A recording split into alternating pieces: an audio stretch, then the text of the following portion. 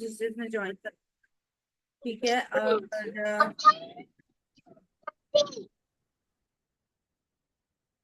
ठीक। अच्छा, तो उसके अंदर ये है कि हमने कल थोड़ा बहुत डिस्कस कर लिया था जो अपर लिंक का करना था।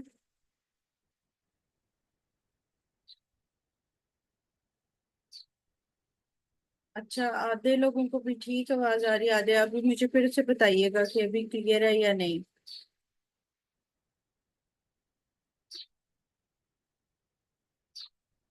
Okay fine. ठीक है।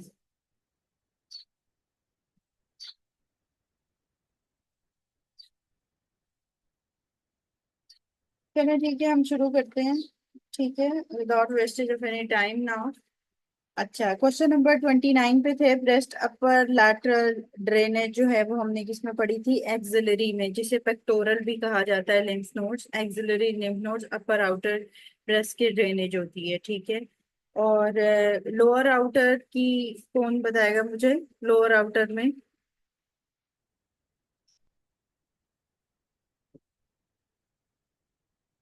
जी, lower outer quadrant of the breast drainage. Anterior axillary subdiaphragmatic and inter. Sorry, मुझे आवाज नहीं आई। एक्सिलरी कौन है और?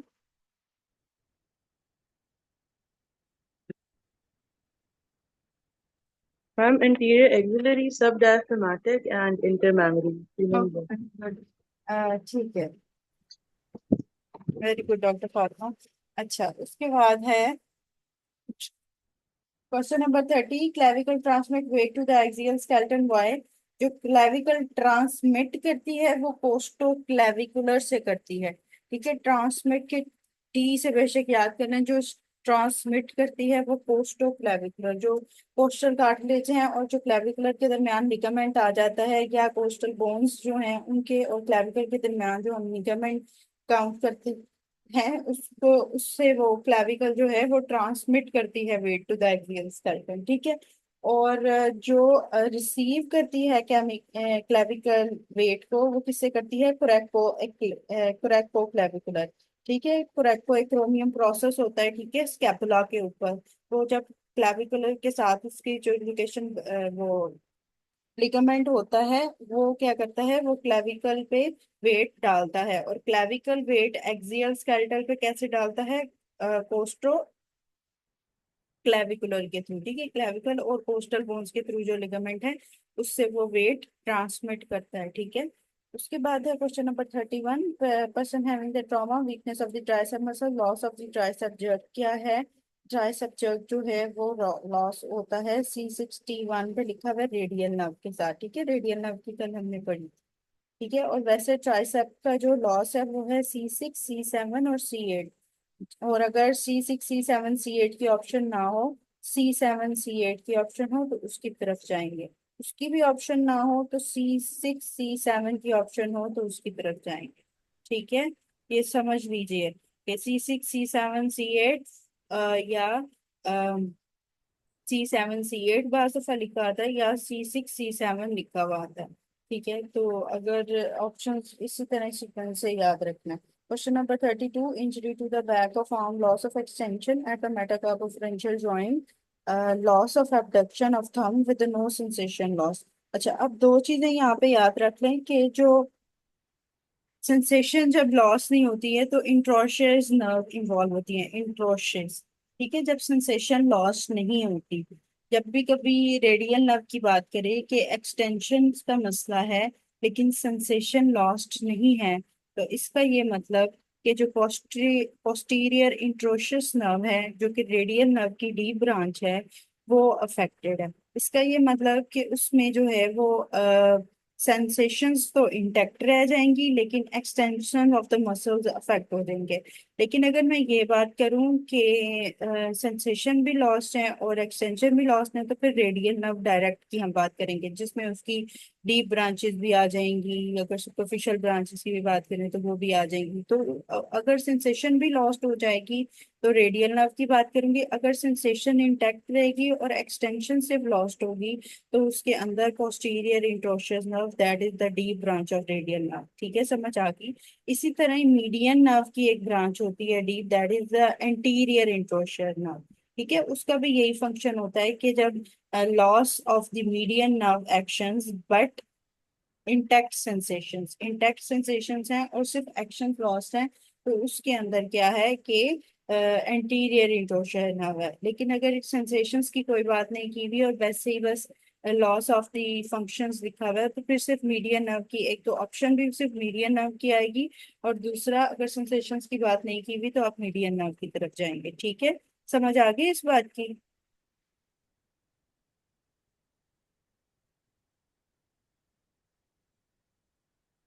Okay fine. मैम ये मीडियन नर्व वाला रिपीट कर दो।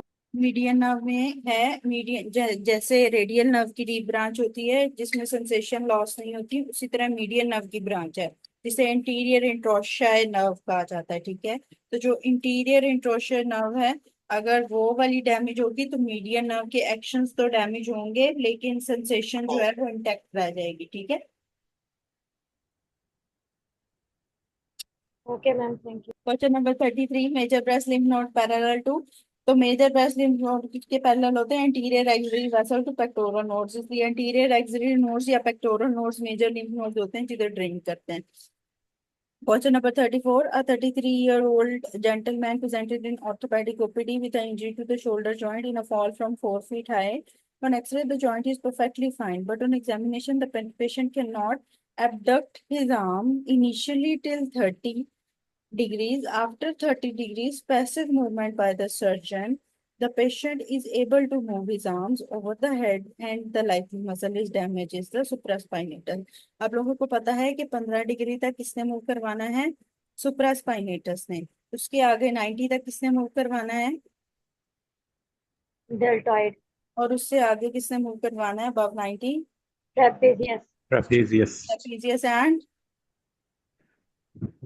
Serratus interior. Serratus interior. Period. तो अगर 30 डिग्री तक ही वो मूव नहीं कर रहा तो कौन सा डैमेज होगा? Supraspinatus muscle. Question number 35, a patient after middle clavicular fracture is unable to perform lateral rotation of the arm due to damage of pitch muscle. ठीक है, ये आगे एक एमसीक्यूज आएगा उसमें वैसे मैं डिस्कस कर लूंगी, वहां पे सारी ऑप्शंस असल में लिखी हुई हैं तो उसके साथ ज्यादा इजी हो जाएगा, इस क्वेश्चन को भी स्किप कर दे। Question number 36, extensor carpi ulnaris is supplied by the. तो पोस्टीरियर इंट्रोशियर नर्व लिखा हुआ है लेकिन अगर रेडियल नर्व लिखा होगा तो हम उसको टिक करेंगे। ठीक है, extensors muscles are supplied by the radial nerve. Question number 37. Female present with a CA breast mastectomy done after removing fascia. Muscles were also removed. Which of the following will be affected? तो external rotation of the scapula क्यों damage हो जाएगी? क्योंकि mastectomy में कौन सा muscle damage होता है? कल हमने डिस्कस किया था, अगर serratus breast interior. Axillary. Muscle damage serratus interior. Pectoralis माइजर। और अगर नेक की इंजरी होती है और वो सर्जरी हम करते हैं तो कौन सा मसल डैमेज होता है mainly? Trapezius. Trapezius. Trapezius. Very good. 38, which of the following statement regarding ulnar nerve is true? It lies medial to brachial artery in the upper arm, क्योंकि ये medial एपिकंडाइल पे होता है तो इसलिए इसको medial to brachial artery, और कोई इसकी ऑप्शन मैच भी नहीं कर रही है इसको। ठीक है। Question number 39. A patient presented in OPD with the loss of touch. Maximum 2 point discrimination distance can be checked between. अगर 2 point discrimination की सिर्फ बात करें तो वो लिप्स पे चेक होता है, लेकिन और इसी तरह ही मैक्सिमम की बात करें, और अगर मिनिमम 2 point डिस्क्रिमिनेशन की बात करें तो वो स्कैपुला पे चेक होता है, और डिस्टेंस में ये उल्टा हो जाता है। अगर मैक्सिमम 2 point डिस्क्रिमिनेशन डिस्टेंस की बात करें मैक्सिमम की तो स्कैपुला पे चला जाता है, और minimum minimum 2 point discrimination distance की बात करें तो लिप्स पे। तो डिस्टेंस और सिर्फ डिस्क्रिमिनेशन का याद रखना है कि मैक्सिमम डिस्क्रिमिनेशन किस पे है? लिप्स पे। मिनिमम 2 point डिस्क्रिमिनेशन किस पे है? स्कैपुला पे।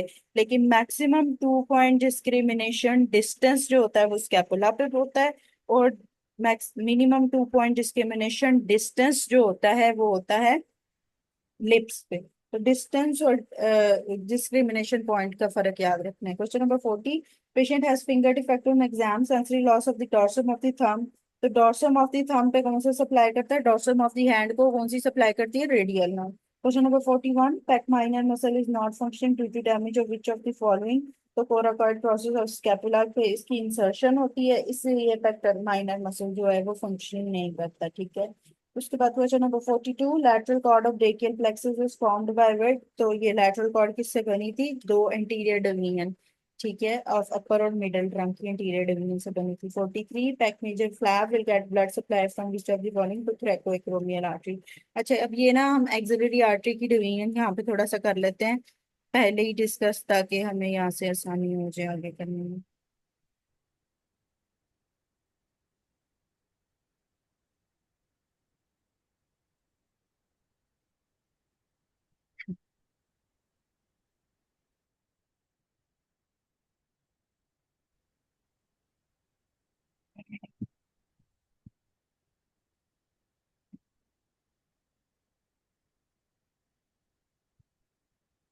अच्छा, पहले ये देख लें, ये सब क्लेवियन आर्टरी है, ठीक है। सब क्लेवियन आर्टरी के तीन पार्ट्स होते हैं जो कि वो डिवाइड होती है, ठीक है।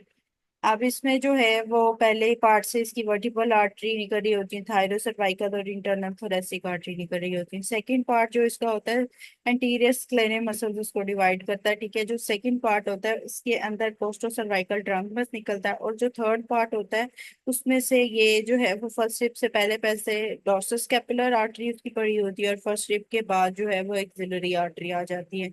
और ये जो डॉर्सल स्कैपुलर आर्टरी होती है ये जॉइंट, शोल्डर जॉइंट में एनास्टमोस भी आगे करती है। तो ये डायरेक्ट इसकी सब क्लेवियन आर्टरी की मल्टीपल टाइम एमसीक्यूज आता है कि सब क्लेवियन आर्टरी की ऐसी कौन सी ब्रांच है जो कि शोल्डर में जाती है। तो ये डॉर्सल स्कैपुलर आर्टरी है जो कि शोल्डर में जाती है, ठीक है। और फिर ये फर्स्ट रिब के बाद एक्सिलरी आर्टरी आ जाती है। एक बात ये याद रखनी है। इसके बाद ये जो एक्सिलरी आर्टरी है इसका देख लेते हैं कि इसके क्या क्या पॉइंट्स होते हैं जो आते हैं हमारे पास। अच्छा, अब ये हमारे पास आ गई है एक्सिलरी आर्टरी। तो एक्सिलरी, अच्छा रिपीट कर लेते हैं।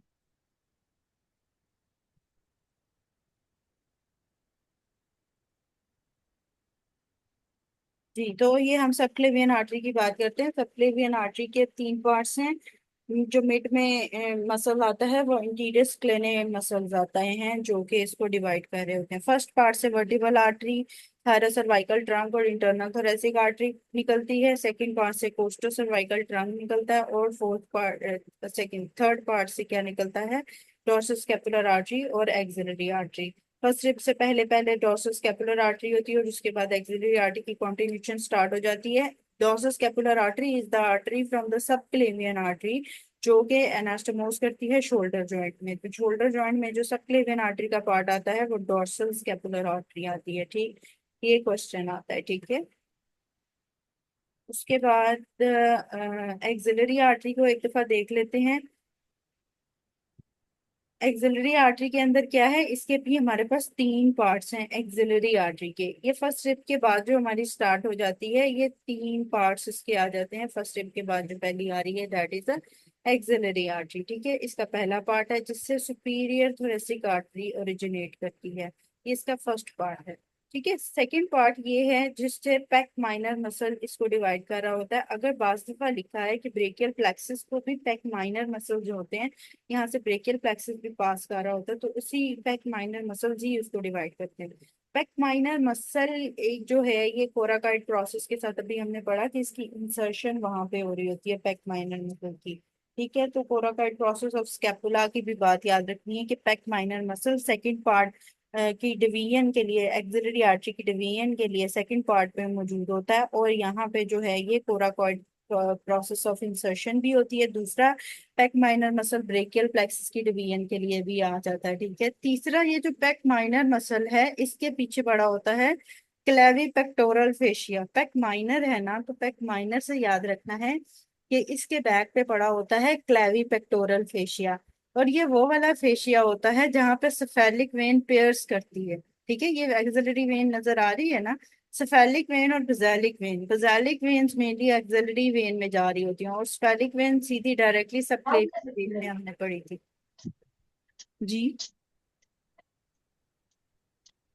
तो याद रखना है कि ये जो पेक माइनर मसल है इसके पीछे क्लेवी पेक्टोरल फेशिया भी पड़ा होता है जिसको सेफेलिक वेन जो है वो पेयर्स करती है और फिर वेन्स में ड्रेन कर जाती है। तो ये वाला एरिया बड़ा इंपॉर्टेंट है इस लिहाज से, ठीक है। फिर उसके बाद क्या है, यहाँ पे thoracoacromial, clavicular, humeral, acromial, pectoral, ये सारी आर्टरीज की बात करता है। फिर ये यहाँ पे ये लैटरल थोरेसिक आर्टरी होती है, ये आ जाती है, ठीक है, मेनली जो आती है इसके पार्ट से। फिर उसके बाद third part of axillary artery आ जाती है, ठीक है, जो कि जिससे निकलती है सब स्कैपुलर, सर्कमफ्लेक्स स्कैपुलर या थोरैकोडोर्सल भी जिसे हम कहते हैं। और इसके बाद जो है ये ब्रेकियल आर्टरी में आगे चली जाती है, और थर्ड पार्ट से ही एंटीरियर और पोस्टीरियर सर्कमफ्लेक्स आर्टरी भी निकल आती है, ठीक है। और एंटीरियर और पोस्टीरियर एनास्टोमोस करती है at the surgical neck of humerus पे। और मेनली जो डैमेज होती है वो कौन सी होती है, पोस्टीरियर सर्कमफ्लेक्स ह्यूमरल आर्टरी, ठीक है, सर्जिकल नेक ऑफ ह्यूमरस पे। ठीक है, समझ आ गई इस बात की। उसके बाद क्या है कि यहाँ पे जो मैंने कल आप लोगों को बताया था कि यहाँ पे एक स्पेस होती है, यहाँ पे क्वाड्रेंगुलर ट्रायंगुलर टाइप स्पेस होती है, इसे क्वाड्रेंगुलर स्पेस कहा जाता है। क्वाड्रेंगुलर स्पेस में अब आप देख रहे हो ये पोस्टीरियर सर्कमफ्लेक्स आर्टरी होती है। इसीलिए जब anterior dislocation of the shoulder joint होती है तो यहाँ से पोस्टीरियर सर्कमफ्लेक्स आर्टरी या एक्सिलरी नर्व यहाँ से पास कर रही होती है, ठीक है, तो वो डैमेज हो जाती है, ठीक है। तो क्वाड्रेंगुलर एब्सेस की बात करें या क्वाड्रेंगुलर स्पेस के डैमेज की भी बात करें तो आप लोगों को पता होना चाहिए कि आर्टरी और नर्व कौन सी डैमेज होती है, तो वो ये एरिया होता है, ठीक है, जिधर ये पोस्टीरियर सर्कमफ्लेक्स ह्यूमरल आर्टरी पीछे से जा रही है, ठीक है, ओके। और ये बेसिलिक वेन और वेना कमिटीज हैं जो कि एक्सिलरी वेन में ड्रेन हो जाती हैं, ठीक है। और सेफेलिक वेन इसको क्लेविकुलर फेशिया को ड्रेन पेस करती हुई आगे चली जाती है, ठीक है। ये साथ में इस पिक्चर में निमोनिक भी दिया हुआ है सम। अच्छा, ये मुझे अब ऐसे नजर नहीं आ रहा, मैं एक दफा फिर से ये पिक्चर देख के जो है ना वो आपको बता दूंगी इस निमोनिक का, अगर आप लोगों ने निमोनिक वाइज याद करना हो। वैसे इतनी डिटेल में पूछते नहीं है, लेकिन आपको ये इम्पोर्टेंट, ये second part of the axillary artery कैसे डिवाइड होती है, मसल कौन सा होता है, फेशिया कौन सा होता है, आर्टरीज कौन सी होती है, ये पता होना चाहिए। थर्ड पार्ट में जाके ये क्वाड्रेंगुलर एब्सेस और एरिया का पता होना चाहिए थोड़ा सा, ठीक है। और ये इंपॉर्टेंट क्वेश्चंस हैं जो इसके हिसाब से आते हैं, बस, ठीक है, ओके फाइन। अच्छा, अब हमने यहाँ पे ये थोड़ा सा डिस्कस कर लिए। क्वेश्चन नंबर हम थे 43 पे। तो याद रखना इसमें जो थोरैको एक्रोमियल आर्टरी निकली थी, ये थोरैको एक्रोमियल आर्टरी जो इसमें से निकल रही थी यहाँ से, ठीक है, थोरैको एक्रोमियल, ये सेकंड पार्ट से पैक माइनर के बाद वो पैक मेजर को भी सप्लाई करती है, ये थोरैको एक्रोमियल आर्टरी है, ठीक है, जो सेकंड पार्ट से निकल रही थी। तो पैक मेजर फ्लैप की अगर बात करेंगे तो उसकी सप्लाई किससे होगी, थोरैको एक्रोमियल आर्टरी से। ठीक हो गया। 44 complete loss of intercostal brachial nerve will cause what, तो सेंसरी लॉस ऑफ दी। अच्छा, अब याद रखना है जो इंटरकोस्टल ब्रेकियल नर्व्स होती हैं उनकी सप्लाई दो तरफ होती है, एक तो इंटरकोस्टल स्पेसिस के अंदर जो भी, ठीक है, उसको सप्लाई करती है, दूसरा वो medial side of the arm को सप्लाई करती है। तो जब भी इंटरकोस्टल ब्रेकियल नर्व्स की बात करेगा तो याद रखना है कि एक तो वो कोस्टल रीजन को, साथ में वो मीडियल आर्म को सप्लाई करेगी। तो इससे जो है वो लॉस ऑफ सेंसेशन जो है वो medial side of the arm की अगर आएगी तो intercostal brachial nerve है। और loss of sensation of lateral side of the arm is by the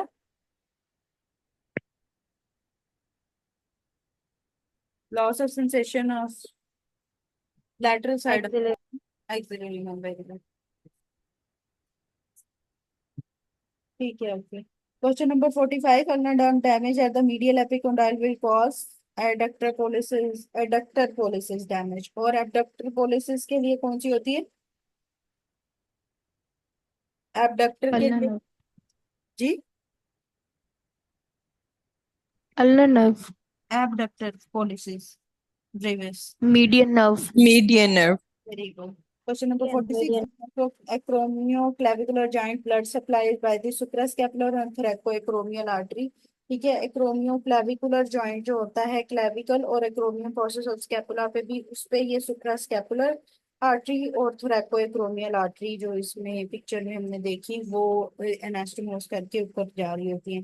47, a patient in the roadside accident got injured on the cervical vertebra having diminished tricep reflex तो क्या आएगा ट्राइसेप्ट reflex में, मैंने क्या बताया था, C6 C7 C8, नहीं तो C7 C8, नहीं तो व्हाट C6 C7। तो जब भी रिफ्लेक्स की बात करेंगे तो ये सीक्वेंस आपने याद रखना है।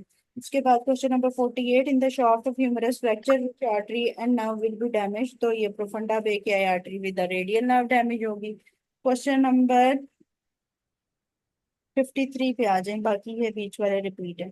Injury to the radial nerve at wrist led to what. तो ये भी वैसे रिपीट ही है कि injury to the radial nerve at the wrist क्या होगा, सेंसरी लॉस होगा। और अगर इंजरी टू द ग्रूव होगा, रेडियल ग्रूव, तो फिर क्या होगा, radial Wrist drop. wrist drop। Very good. Question number 54, radial pulse is palpated between the abductor pollicis longus and extensor pollicis longus। ठीक है, जो लॉन्गस वाले मसल्स हैं वो रेडियल नर्व के साथ है, और रेडियल आर्टरी जो है वहां पे इन दोनों मसल्स के दरमियान होती है। ठीक है, और अगर स्केफॉइड बोन इंजरी होगी तो हम कौन सी आर्टरी डैमेज होगी, Radial. Radial artery. Very good, सही है। ठीक है, question number 56, the lateral palmar sensation lost and flexion of index finger loss is the damage of the median nerve। अब आपको पता है कि जो इंडेक्स फिंगर की, अगर मैं फ्लेक्शन की बात करूं और लैटरल palmar सेंसेशन की बात करूं, लैटरल साइड पे सेंसेशन किसकी वजह से है, मीडियन नर्व की वजह से। अच्छा, अब यहाँ पे ना एक दो मसल्स हम थोड़ा सा कर लेते हैं। कुछ ऐसे मसल्स हैं जो मीडियन नर्व और अल्नर नर्व दोनों सप्लाई करती है। ठीक है, मीडियल और अल्नर नर्व डुअल सप्लाई जिन मसल्स की है, पहले वो कर लेते हैं।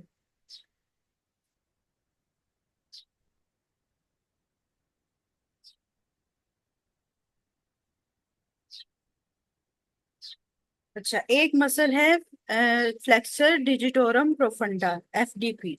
ठीक है, अब इसको कैसे याद कर सकते हैं, आप इसको ऐसे याद कर सकते हैं कि ये फेड अप पीपल हैं जिनको दो तरफ से सपोर्ट है, मीडियन नर्व से भी और अल्नर नर्व से भी।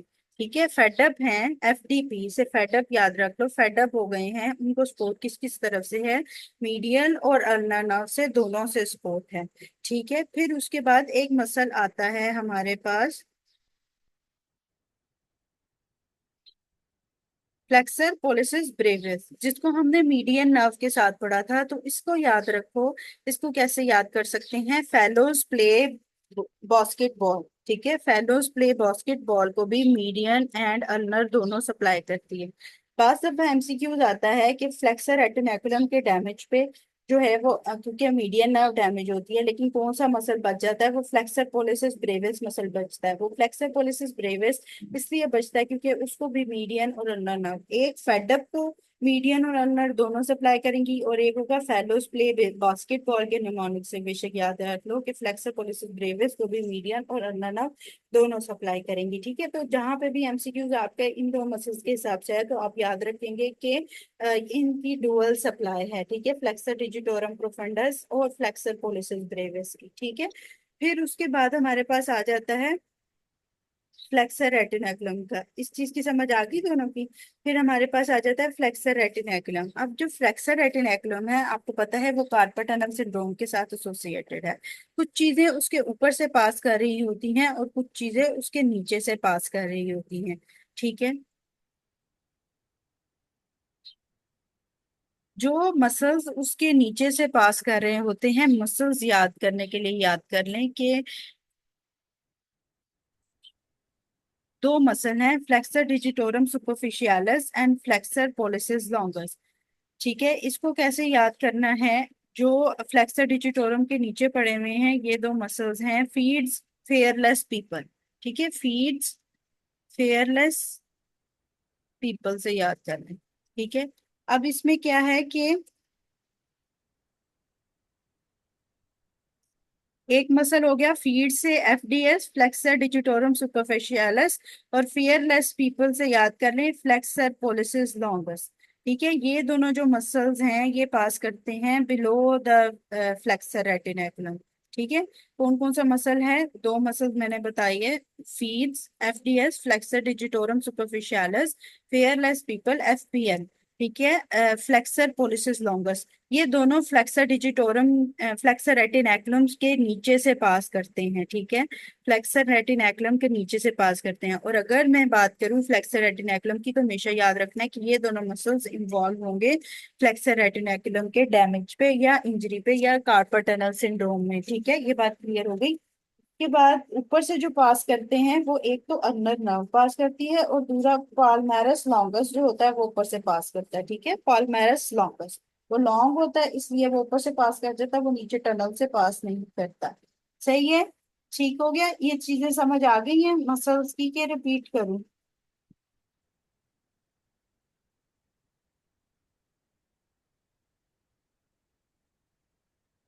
ठीक है, ओके फाइन।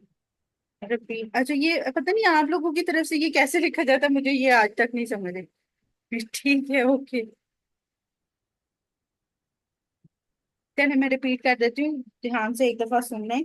वो वाले मसल जिनकी डुअल सप्लाई है वो क्या है? एक तो फेडअप मसल्स हैं जिसके अंदर हमारे पास आ जाता है फ्लेक्सर डिजिटोरम प्रोफंडाई, वो फेडअप हो गए हैं इसलिए उनकी डुअल सप्लाई है। ठीक है, मीडियन एंड अल्नर नर्व की। दूसरा फेलोस प्ले बास्केटबॉल से याद रखना है फ्लेक्सर पोलिसिस ब्रेविस। ठीक है, फेलोस प्लेस बॉल या फेलोस प्लेस बास्केटबॉल, जो भी जैसे भी याद करना चाहें, फ्लेक्सर पोलिसिस ब्रेविस। इस तरह याद करना है कि इसको भी मीडियन और अल्नर नर्व दोनों सप्लाई करती है, लेकिन अगर ऑप्शन में हमारे पास अलग अलग लिखी हुई हो तो फिर हम मीडियन नर्व की तरफ मेनली जाते हैं। ठीक है, फ्लेक्सर पोलिसिस ब्रेविस जो हमने लोफ के निमोनिक में पढ़ा था। ठीक है, तो फ्लेक्सर पोलिसिस ब्रेविस को मीडियन और अल्नर नर्व दोनों डैमेज कर रही सप्लाई कर रही होती हैं।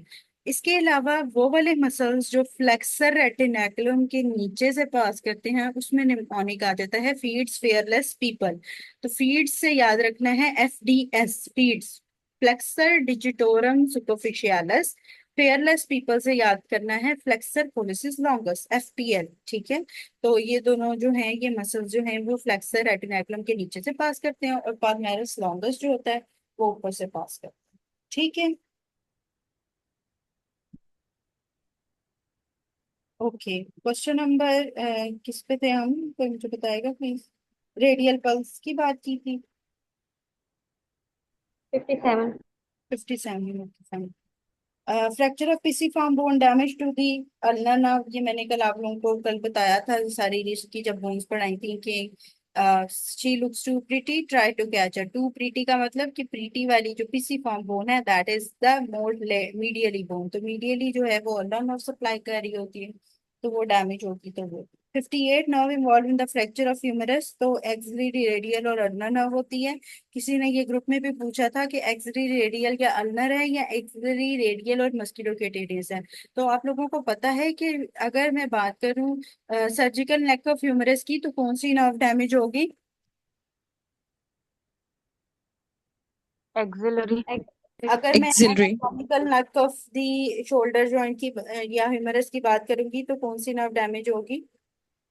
Radial. और अगर मैं शाफ्ट ऑफ द ह्यूमरस की बात करूंगी तो कौन सी डैमेज होगी? अगर मैं शाफ्ट ऑफ ह्यूमरस पे रेडियल। ठीक है, अगर मैं सुप्राकंडाइलर डैमेज की बात करूं या सुप्राकंडाइलर फ्रैक्चर की बात करूं तो कौन सी nerve damage? Median. Supracondylar, median nerve. और अगर मैं मीडियल एपिकंडाइल के डैमेज की बात करूं तो कौन सी नर्व डैमेज होगी? Ulnar. Ulnar. Ulnar. याद रखना है कि फ्रैक्चर ऑफ ह्यूमरस है, आपको पता है मस्कुलोक्यूटेनियस नर्व किसी भी फ्रैक्चर के पॉइंट पे नहीं आती है, ऐसे ही है ना कि मस्कुलोक्यूटेनियस नर्व हमने किसी फ्रैक्चर में नहीं पढ़ी, राइट? तो सुपिनेशन या फ्लेक्शन के हिसाब से हमने मस्कुलोक्यूटेनियस नर्व पढ़ी है, लेकिन हमने फ्रैक्चर ऑफ द ह्यूमरस में कोई मस्कुलोक्यूटेनियस नर्व का जिक्र नहीं किया। ठीक है, ओके, समझ आ गई इस बात की कि हमने अल्नर रेडियल और एक्सिलरी क्यों चूज की। Question number 61, obese lady present with myxoedema is at risk of carpal tunnel syndrome होता है ओबीज लेडीज में। ठीक है, और हाइपोथायराइडिज्म में कार्पल टनल सिंड्रोम होता है जिसकी वजह जिसको मैक्सिडीमा भी कहा जाता है। ठीक है, इसलिए ओबीज लेडी हाइपोथायराइडिज्म के साथ एसोसिएट कर रहे हैं उसको। Question number 64, palpable lymph nodes in the pectoral part of the axillary nodes are most likely of what? तो अपर आउटर क्वाड्रेंट के होते हैं जो पेक्टोरल या एक्सिलरी पार्ट में मोस्ट लाइकली palpable होते हैं।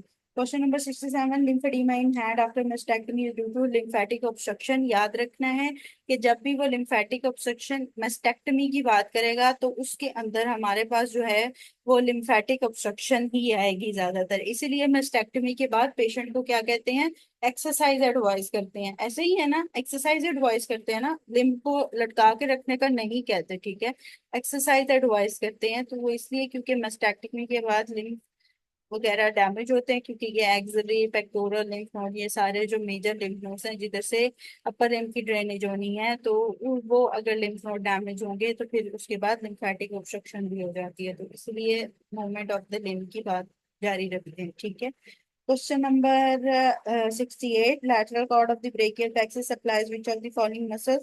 तो बाइसेप ब्रेकियाई को लेटरल कॉर्ड की क्या सप्लाई थी?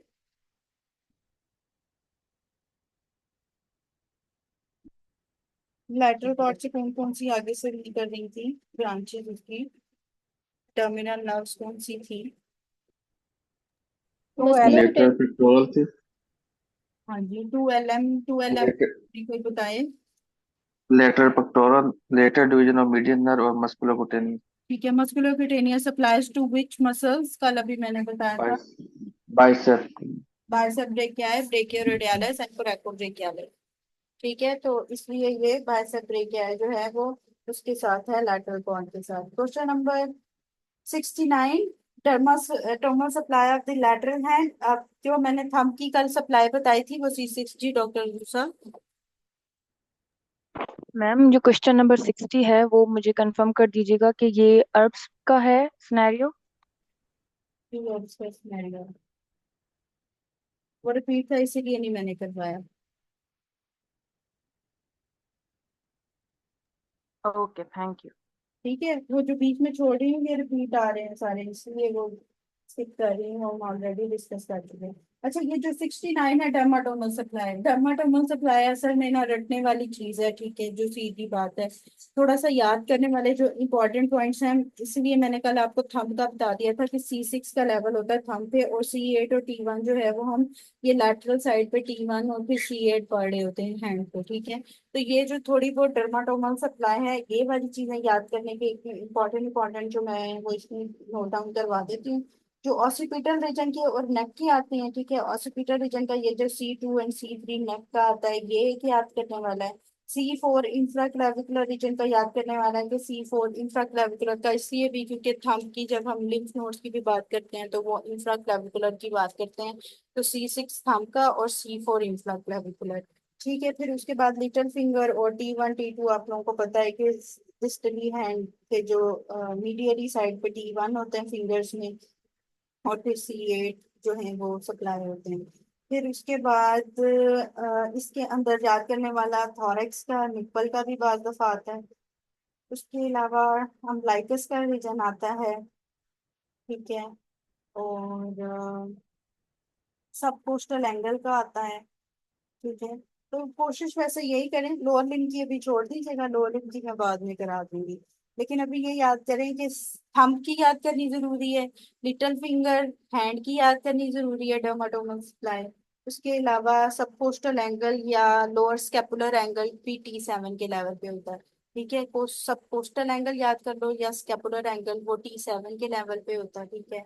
उसके बाद निप्पल की याद कर लो, T4 ये इंपॉर्टेंट है, T10 अम्बलाइकस की इंपॉर्टेंट है, और लोअर एब्डोमेन T12 ये इंपॉर्टेंट है, ठीक है। तो ये जो तकरीबन सारे ही इसमें इन्वॉल्व हो गए हैं, ये अपर लिम्ब के जो है वो ये इंपॉर्टेंट जो आते रहते हैं मल्टीपल टाइम, जो एसकेएस में भी आप एमसीक्यूज करोगे तो ये सब डर्माटोमा आएंगे। ये डर्माटोम्स याद करने हैं, इसको एक दफा उतारें अपने हाथ से ताकि ये याद हो। Question number 72, patient cannot abduct and adduct his fingers is due to the damage of which of the following nerve? C2 occipital region का, C3 नेक के साथ आता है। A patient cannot abduct and adduct his finger is due to the damage of which of the following nerve? तो ये ulnar nerve है। Ulnar nerve क्या supply करती है? डॉर्सल एंड पाल्मर इंट्रोशियाई को। तो डैब एंड पैड से याद रखा था dorsal interossei are abductors, and pad से याद किया था पाल्मर इंट्रोशियाई आर एडक्टर्स। ठीक है। 73 into rotator cuff muscle which muscle is frequently damage. तो सुप्रास्पाइनेटस मसल जो होता है, सिट्स के निमोनिक से कल देखा था इसको, तो सुप्रास्पाइनेटस मसल सबसे ज्यादा डैमेज होता है। क्वेश्चन नंबर 77 643 पेज पे है। rhomboids are supplied by the dorsal scapular nerve. अच्छा, मुझे ये बताएं, जो ट्रंक से मेनली रूट से जो नर्व्स निकल रही थी वो कौन कौन सी थी? रूट्स की नर्व कौन सी थी ब्रेकियल प्लेक्सस में? Long Long thoracic thoracic, nerve,